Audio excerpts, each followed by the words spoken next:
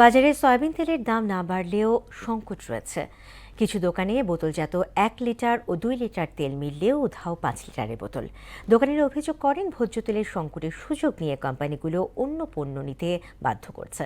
MR আসাদের প্রতিবেদন। নিত্যপণ্যের চাহিদায় সবসময় শীর্ষে থাকে সয়াবিন তেল। তবে রমজান মাসের পুরো সময়ে বাজারে সংকট ছিল সয়াবিন তেলের। ঈদুল ফিতরের আর সপ্তাহ বাকি, কিন্তু এখনো কাটেনি সংকট। দোকানিরা জানান কয়েক সপ্তাহ ধরে 5 লিটারের বোতলজাত তেলের নতুন সরবরাহ পাননি তারা। 1 লিটার ও 2 লিটার তেলের সরবরাহ সীমিত। 5 লিটারটা দেয় আপনি 940 টাকা 950 টাকা করি, 10 টাকা লাভ। 5 লিটারে 10 টাকা লাভ। তো এইভাবে আমি যে লাভ কম হোক তাও মালটা সাপ্লাই দেব, সাপ্লাই বন্ধ করে দিচ্ছে। শুধু 1 লিটার 2 লিটার দিতেছে, কোনো কোম্পানি 5 লিটার দেয় না। 5 লিটার আমাদের কাছে যা আছে আমরা বাইরের থেকে আনা।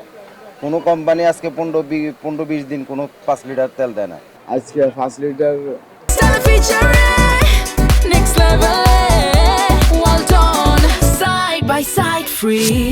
না, আমার কাছে আছে 2 লিটার কয়টা আর 1 লিটার কয়টা কিছু তেল আছে। সংকটের সুযোগ নিয়ে কোম্পানিগুলো বাড়তি পণ্য যুক্ত করছে বলে অভিযোগ করেন দোকানিরা। এতে ক্ষতির মুখে পড়ছেন ক্রেতা বিক্রেতারা। কোম্পানিরা যাও 2-1 কার্টুন ছাড়ে, এটা লাগাবার শর্ত জুড়ে দেয়। মশাইটা নিতে হইব, পলর্চন নিতে হইব, যেগুলো একটু স্লো আইটেম, ওই আইটেমগুলো মানে আমাদেরকে দিতে চায় যে ভাই এই আইটেমগুলো আপনারা নেন। সয়াবিন তেলের বাজার ক্রাইসিস, তেল তো কোনো কোম্পানি দিতেছে না।